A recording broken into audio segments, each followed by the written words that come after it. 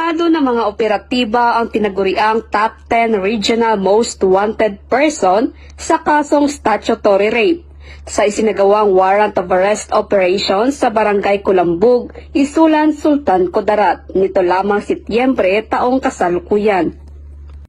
Kinilala ng Isulan Municipal Police Station ang suspect na si Alias Ray, 54 na taong gulang, isang magsasaka at residente ng nabanggit na lugar. Bandang alas 9:30 ng gabi nang isinagawa ng Isulan NPS kasama iba pang mga operatiba ang warrant of arrest operation sa pamamahay ng suspect na nagresulta ng matagumpay na pagka-aresto.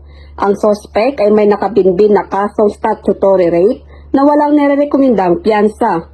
Kalukuyang nasa kustodiya ng Isulan NPS ang suspect para sa kaukulang dokumentasyon at tamang disposisyon.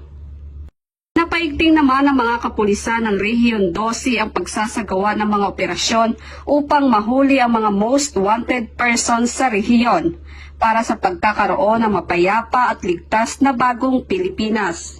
Mula dito sa General Santos City, ako ang inyong PNN correspondent, Patrolwoman Dina Morales, alagad ng batas, tagataguyod ng Balitang Pulis.